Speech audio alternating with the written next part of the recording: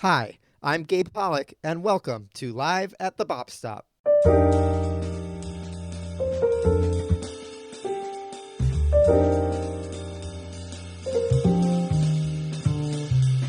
New York-based, mostly Other People Do the Killing, have a, cult following in Northeast Ohio, and their return to our stage is always entertaining. Their new recording, Disasters Volume 1, is a series of compositions exploring a wide variety of natural and man-made disasters that have befallen small towns in their native Pennsylvania.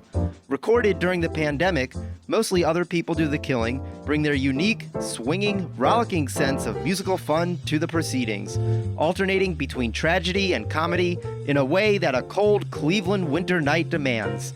Featuring Mappa Elliott on bass, Kevin Shea on drums, and Ron Stebinski on piano, from a February 24th, 2022 performance, it's Mostly Other People Do the Killing, live at the Bop Stop.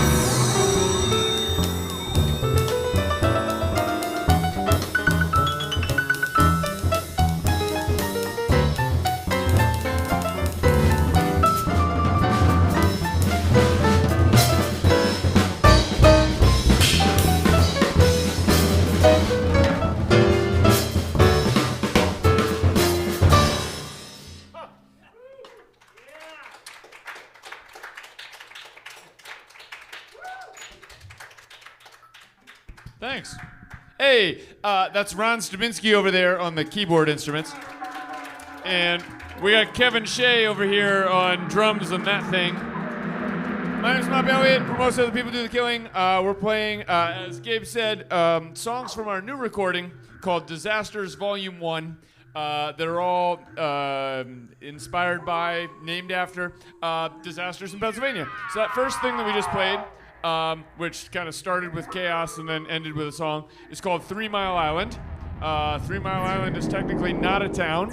And for those of you that don't know, 3 Mile Island is a nuclear power facility just north of Harrisburg, Pennsylvania, that in 1972 came very close to melting down and killing everyone on the East Coast. And according to the terrible X-Men movie, it was caused by Wolverine fighting a really badly fleshed out version of Deadpool. And now we're going to continue with another song named after a town in Pennsylvania with a disaster. Let's do Exeter. Yeah, let's go straight to Exeter. So Exeter is a town, coal mining town, Wyoming Valley, near Wilkes-Barre. And the Knox Mine Company was based in Exeter. And they were mining coal underneath the Susquehanna River. And they got too close to the underside of the river. And they blew a hole in the riverbed. And the Susquehanna River flooded the mines, like all of them. And it opened up a giant whirlpool, which is depicted on the album cover. And they couldn't stop the water from, basically draining like a bathtub into the mines. And they resorted to trying to throw old train cars into the whirlpool, which did not work. And that was in 1959, and that was the end of coal mining in the Wyoming Valley. So maybe a net positive. Here's the song.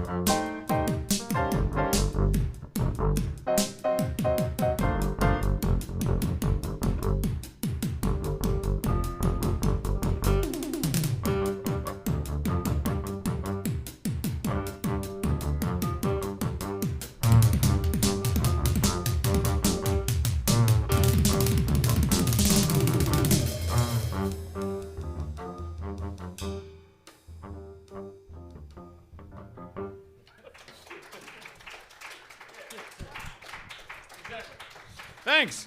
So that was Exeter, named after the Knox mining disaster of 1959. An auspicious year for jazz. A lot of great records in 1959. There's some connection there. We're going to move on, and we're going to play Marcus Hook, which I didn't announce last night at the gig, and people called me on it on the way out. So Marcus Hook is it's barely a town. It's near Philly. It's a port south of Philadelphia. There's an oil refinery there, and like oil tankers pull up through the Chesapeake Bay and like dock in Marcus Hook to offload crude oil, and it's a refinery and this whole thing. Anyway, in 1970-something, 72, two of these giant oil tankers crashed into each other in the Delaware River, like right by Philly there, and exploded and spilled, probably billions of gallons into crude oil into the, Delaware River, Chesapeake Bay. The water was on fire. A whole bunch of people died. Nobody even remembers this. It's just, kind of thing happens all the time. Anyway, so this is Marcus Hook.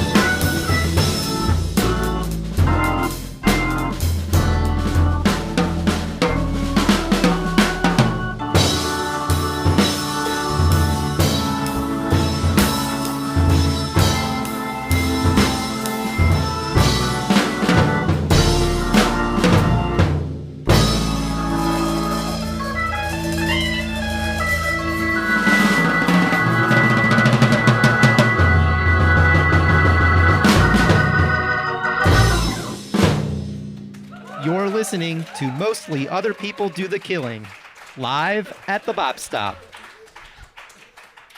So Ron got here early and set up the B3, so that's going to happen from time to time. Let's do... Jesus. Let's Boyertown after that, I think. Great, so that happened. Next one, here's a new disaster. Boyertown, tiny little mining town. We got a lot of mining towns coming up in the next couple of minutes. So here's the next one. Boyertown had an opera house. I'm pretty sure they didn't stage full-scale operas there. It was more of like a public theater, small-scale thing, but substantial. And in the early 20th century, there was a performance going on there with kind of some pyrotechnic lighting effects, turn of the century style. That went awry, lit the place on fire, everybody died. Boyertown opera disaster, and that is why we now have laws that say we need exit signs clearly marking the exits, because the Boyertown Opera House did not have such signs, and everybody died. So here's Boyertown.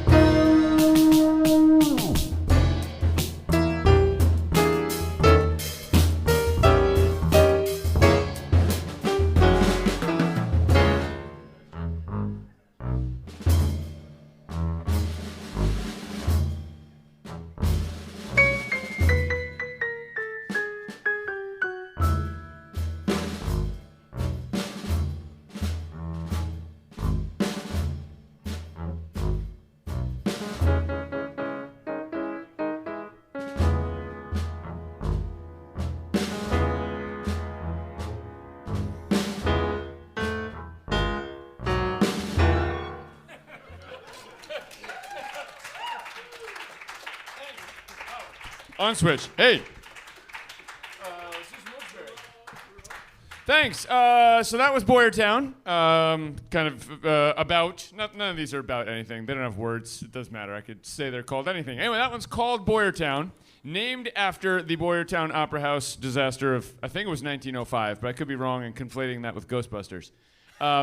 Anyway, we're going to continue now with a disaster that is near and dear to our hearts. For those of you just joining us, these are all songs named after towns in Pennsylvania that had disasters happen to them. The next one is Wilkes-Barre, which is a bit of a disaster on its own.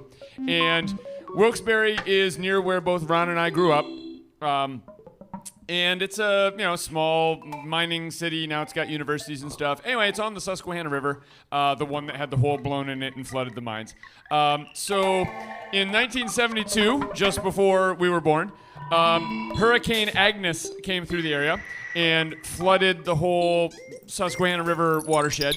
And the Susquehanna River flooded the city of Wilkes-Barre to 14 feet. So downtown Wilkes-Barre had 14 feet of water. As Ron has pointed out, looters were scuba diving to loot the stores in downtown Wilkes-Barre. That's worth the price of admission right there. And then when the floodwaters receded, Wilkes-Barre got a huge, federal disaster relief payout with which they spectacularly rebuilt downtown, except for the fact that no one lives there and there's no stuff. So my entire childhood, Wilkes-Barre was this very nice, pleasant-looking city with no people. But they have a performing arts center where I got to see a Weird Al Yankovic concert when I was in middle school, and that was the best thing ever. Anyway, so here's Wilkes-Barre dedicated to the flood of 1972.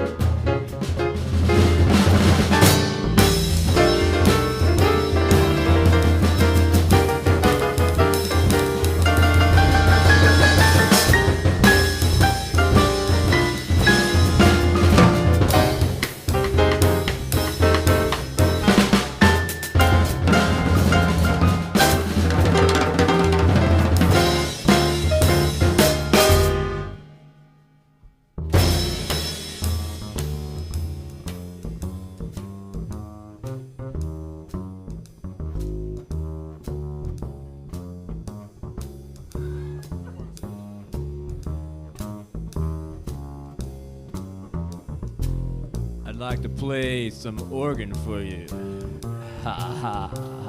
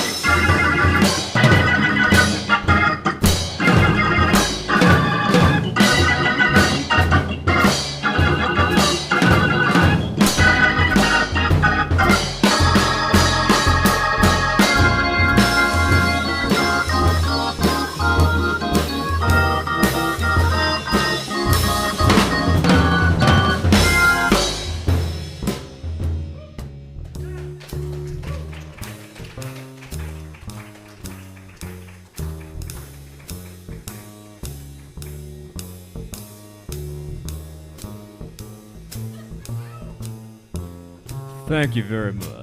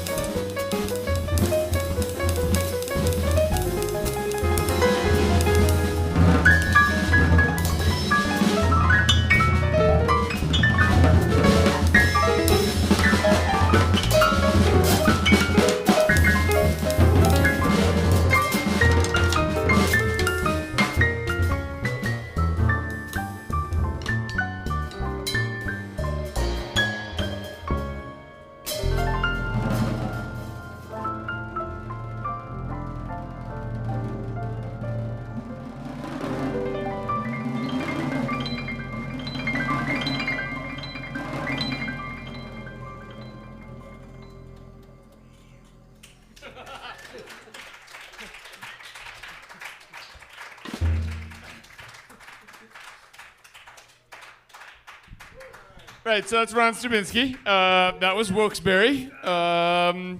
Another disaster. Let's do Johnstown. So we played in Pittsburgh last night, and so the Pittsburgh crowd all knows about Johnstown.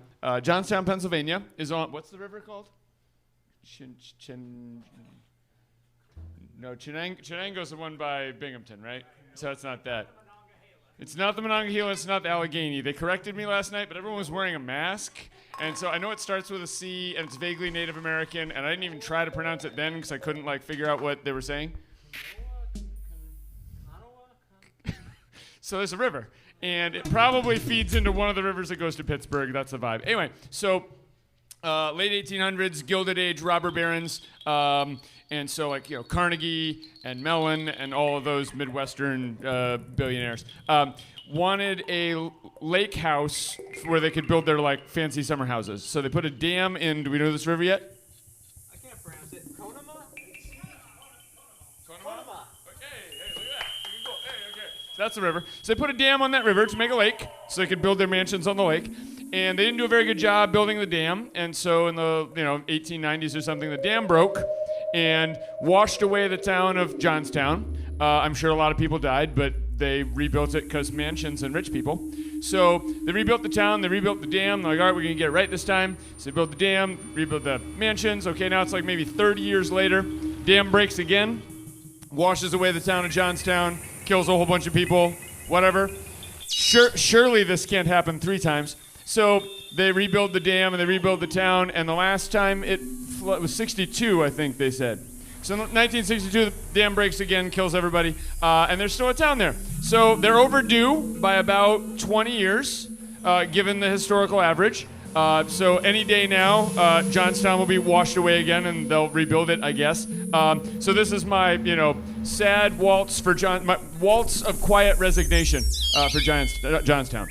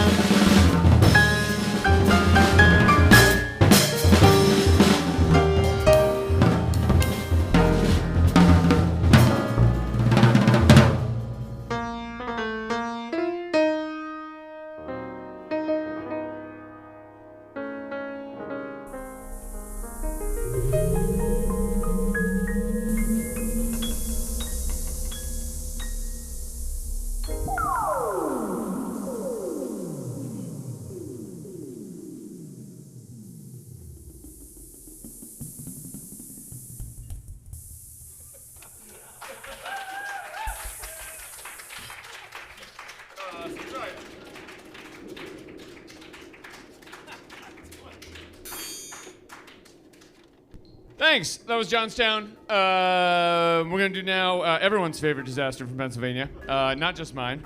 Other such important artists as Dan Aykroyd and whoever's behind the Silent Hill movies and video games has explored this one. So there's a town in Pennsylvania called Centralia, another mining town. I told you there were a lot on the way. And so Centralia is in central-ish Pennsylvania, eastern central, the coal regions as they're known. Anyway, so they're mining coal in and around and under Centralia, and in is this also 1959? 62. 62. The mine under Centralia caught fire. Oops. And they couldn't put it out, so they were like, whatever. And it's still on fire, and so the ground underneath the town of Centralia is now burning forever. There's your metaphor. And so it's been on fire nonstop since 1962. And they strongly encouraged everyone to leave the town of Centralia, but they didn't pull an eminent domain. They were like, well, the ground under your house is on fire, but I guess your house is still standing, so you don't have to leave. So if you check the Wikipedia page, they're down to about 5 residents, or maybe 4 at this point. Anyway, so the ground's on fire, and there's a movie from the early 90s written by Dan Aykroyd, starring Dan Aykroyd in multiple fat suits. It hasn't aged well. And, called Nothing But Trouble with Demi Moore and I think Chevy Chase. Or it could be a Baldwin. I don't know. Anyway, and the plot is that Demi Moore and whoever the tall, dark, and handsome sidekick is get pulled over in what is Centralia or some other burning mine town. And they're interrogated and they're trying to rob them. It's weird. There's a cameo by Tupac Shakur and Digital Underground. It's a terrible movie, but it's out there, so you can check that out. And the Silent Hill movies and video games are not only based on Centralia, but they digitally recreated buildings that are still standing in the town in both the movie and the video game. So the church and the post office and a couple other major buildings in that franchise are digitally depicted in Silent Hill, and they're actually from Centralia. So here is our song, our artistic homage to living in a place that's constantly on fire underground.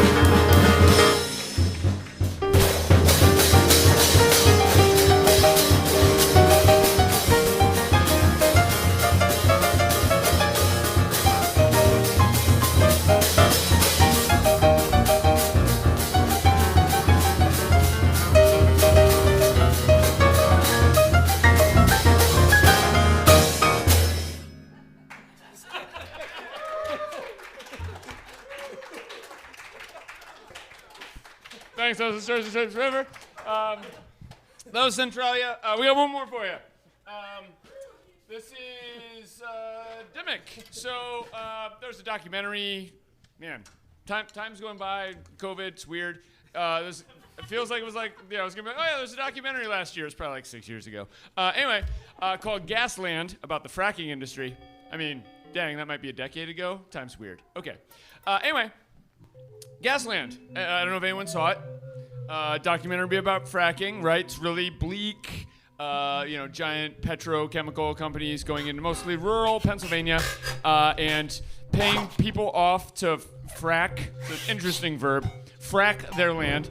Nobody really knows what they're putting in the ground. It's definitely toxic, and it causes earthquakes and maybe fire. Anyway, so, a very often shared clip of the movie is there's this homeowner in Dimock, Pennsylvania, who brings the documentary crew into his kitchen, and they walk over to his kitchen sink, and he turns on the water, and then he pulls out a lighter, and he ignites the water coming out of his faucet because it's so full of methane from the fracking.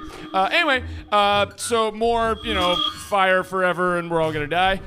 Here is Dimock.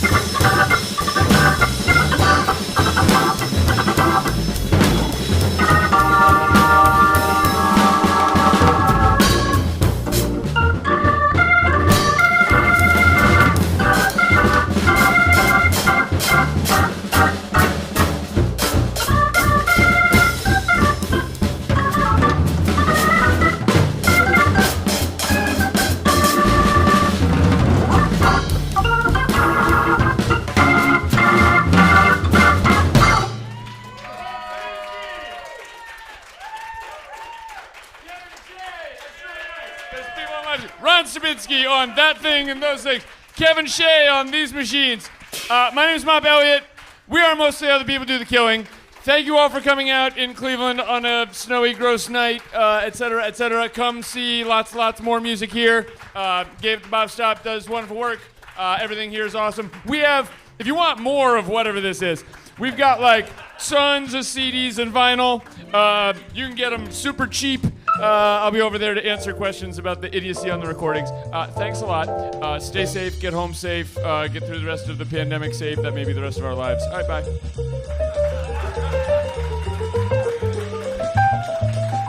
Live at the Bop Stop is made possible by the Music Settlement, serving Northeast Ohio by offering music instruction, music therapy, and early childhood education since 1912, with a mission to welcome all to our music and arts community to learn, create, inspire, and heal.